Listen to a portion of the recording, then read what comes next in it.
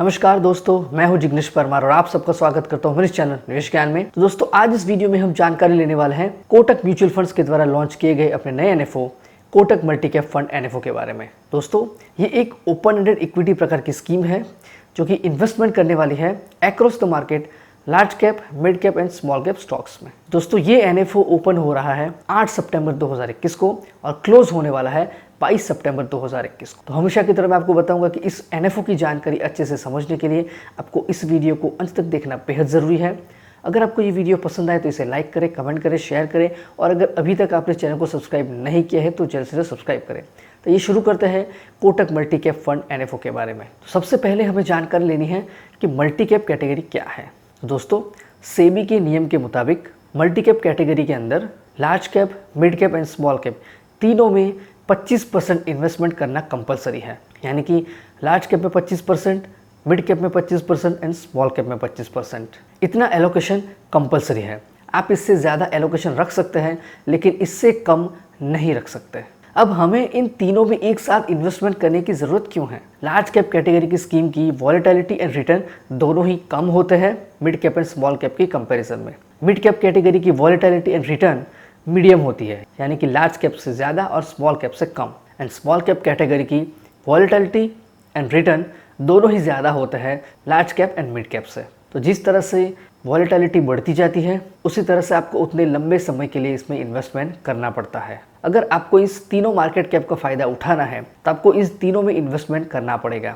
लेकिन अगर आप एक साथ में इन तीनों में इन्वेस्टमेंट करना चाहते हैं तो आपके पास है मल्टी कैप कैटेगरी की स्कीम। लेकिन हमें तीनों में एक साथ इन्वेस्टमेंट करके फ़ायदा क्या होगा? तो इसके लिए आप इस टेबल को देखिए। इस टेबल के अंदर 2010 से लेकर 2020 तक स्टैंडर्ड डेविएशन 5 साल और स्टैंडर्ड डेविएशन 10 साल के large cap, mid cap and small cap के रिटर्न के बारे में बात की है। जैसे कि 2010 में लार्ज कैप ने 19% रिटर्न दिया था, जबकि मिड कैप ने 20% एंड स्मॉल कैप ने 18%। उसी तरह से 2011 में लार्ज कैप ने -25%, जबकि मिड कैप ने -31% एंड स्मॉल कैप ने -35%। उसी तरह से 2012 में लार्ज कैप ने 33%, मिड कैप ने 47% एंड स्मॉल कैप ने 40%। इतना रिटर्न दिया था। तो इसी तरह से आप देख सकते हैं 2020 तक standard deviation 5 year and standard deviation 10 year. तो दोस्तों, आप इस टेबल की मदद से जान सकते हैं कि कोई भी एक मार्केट कैप हमेशा अच्छा परफॉर्म नहीं करता है। अलग अलग साल में अलग अलग मार्केट कैप ने अच्छा परफॉर्म दिया है या यूं कहे कि टॉप का परफॉर्मेंस दिया है। तो इसीलिए हमें भी अपने पोर्टफोलियो में इस तरह से डाइवर्सिफिकेशन करना पड़ेगा कि हमें भी हर साल अच्छा रिटर्न मिले। तो इसीलिए मल्टी कैप कैटेगरी की स्कीम बेस्ट सूटेबल है आपके इस टारगेट को पूरा करने के लिए। अब हम देखते हैं मल्टी कैप कैटेगरी की रिस्क प्रोफाइल, यानी कि उसके रिटर्न और रिस्क प्रोबेबिलिटी में वो कौन से रैंक पे फिट होता है। तो यहाँ पर सबसे कम रिस्क है लार्ज कैप कैटेगरी में, उससे ज़्यादा है फ्लेक्सी कैप में, उससे ज़्यादा है लार्ज एंड मिड कैप में और उसके बाद आता है मल्टी कैप का नंबर।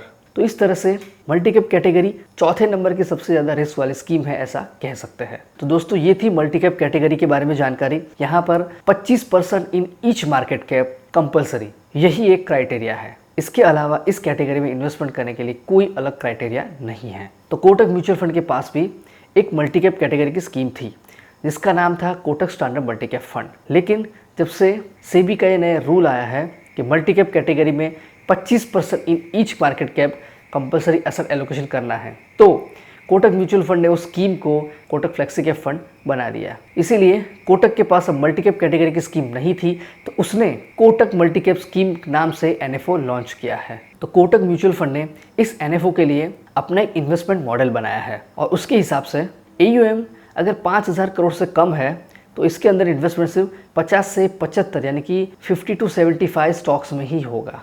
और अगर AUM 5,000 करोड़ से ऊपर चला जाता है तो यहाँ पर 60 से लेकर 100 स्टॉक यानी कि 60 to 100 स्टॉक्स में ही इन्वेस्टमेंट होगा। अब ये जो इंटरनल मॉडल बनाया गया है उस मॉडल के द्वारा एक एसेट एलोकेशन सजेस्ट किया गया है। तो अगस्त 2021 तक के रिसर्च के आधार पर लार्ज कैप में 26 से 31%, मिड कैप में 37 to 42% एंड स्मॉल कैप में 32 to 37% एलोकेशन दिया जाएगा। ये तो बस मॉडल के द्वारा दिया गया एक सजेशन है, आगे चल के इसमें काफ़ी बदलाव हो सकते हैं। अब इस ग्राफ को देखिए, ये ग्राफ है भारत की नई प्रॉफिट साइकिल की। तो इसके लिए इस ग्राफ को ध्यान से देखिए। इस ग्राफ में 2002 से लेके 2020 से लेके 2025 तक के टेंटेटिव रिटर्न का ग्राफ भी दिखाया है और उसी तरह से 2002 से लेके 2019-20 तक मार्केट में रिटर्न की क्या हालत थी ये भी दिखाया है। तो यहाँ पर आप इस ग्राफ को देखकर अंदाज़ा लगा सकते हैं कि हमारी नई प्रॉफिट साइकिल शुरू हुई है। तो यहाँ पर आपको फ़ायदा लेना है लार्ज कैप की स्टेबिलिटी का, मिड कैप के ग्रोथ का एंड स्मॉल कैप के प्रॉमिस का, यानी कि power of all in one का। तो अब हम आगे बढ़ेंगे और बात करेंगे हमारे कोटक के एनएफओ की फंड डिटेल्स के बारे में। तो इस स्कीम का नाम है कोटक मल्टीकैप फंड। इसके बेंचमार्क का नाम है Nifty 500 multicap 50-25-25 total return index, यानी कि यहाँ पर लार्ज कैप को शायद 50% का एलोकेशन दिया जाएगा और मिड कैप और स्मॉल कैप को 25% का एलोकेशन दिया जाएगा। ये सिर्फ एक बेंचमार्क है। फाइनल रिजल्ट में इससे थोड़ा सा वेरिएशन वाला रिटर्न मिल सकता है। एनएफओ ओपन 8 सितंबर, एनएफओ क्लोज 22 सितंबर। एसआईपी फैसिलिटी अवेलेबल है। फंड मैनेजर है mister Harsh Upadhyay and Devendra Singhal for equity, Abhishek Bishan for debt and Arjun Khanna for overseas investment. Minimum application amount है 5,000 रुपये और 1 रुपये के मल्टीपल्स में। एडिशनल परचेज अमाउंट है 1,000 रुपये और 1 रुपये के मल्टीपल्स में। एसआईपी आप मिनिमम 500 रुपये से शुरू कर सकते हैं। अवेलेबल प्लान की बात करें तो यहाँ पर डायरेक्ट एंड रेगुलर दोनों ही प्लान अवेलेबल है। ऑप्शन में dividend and growth and dividend में dividend pay out and dividend री इन्वेस्टमेंट, सारे प्रकार के ऑप्शंस अवेलेबल है। बात करें लोड स्ट्रक्चर की तो यहाँ पर एज यूजुअल एंट्री लोड नील है। एग्जिट लोड की बात करें, 1 साल से पहले आप कुछ भी रिडम्पशन या स्विच करेंगे तो 1% एग्जिट लोड एप्लीकेबल है। 1 साल के बाद रिडम्पशन या स्विच पर कोई भी एग्जिट लोड एप्लीकेबल नहीं है। इस स्कीम का रिस्क है वेरी हाई और ये स्कीम कौन से टारगेट को अचीव करने के लिए सूटेबल है, तो daughter's education, son's marriage, retirement and dream house, इस प्रकार के टारगेट यानी कि गोल्स के लिए ये स्कीम बिल्कुल ही सूटेबल है। तो दोस्तों अब यहाँ पर दिखाई है पीयर कंपैरिजन, जिसके अंदर इस स्कीम का नाम है और उसके जैसे ही दूसरी स्कीमों की कंपैरिजन, जैसे कि AUM, 1 साल का रिटर्न, 2 साल का रिटर्न।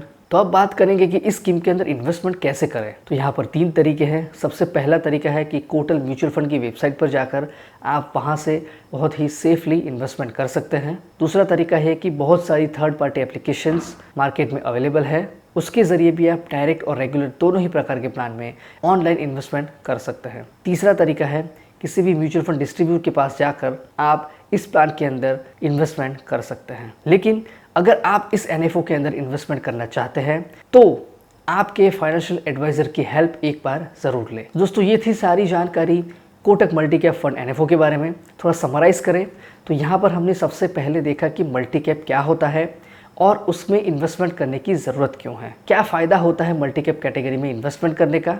तो ये सारी चीज़ों की जानकारी हमने यहाँ पर ली। तो दोस्तों मैं आशा करता हूँ कि आपको ये वीडियो पसंद आया होगा। तो इस वीडियो को लाइक करें, कमेंट करना ना भूलें और शेयर भी करें। और अगर अभी तक आपने इस चैनल को सब्सक्राइब नहीं किया है तो जल्द से जल्द सब्सक्राइब कर लें, ताकि ऐसी और जानकारी, ऐसे और एनएफओस की वीडियो मैं आप तक जल्द से जल्द पहुँचा सकूँ और इस वीडियो को और लोगों तक पहुँचाए, ताकि और ऐसी जानकारी उन लोगों तक पहुँच सके।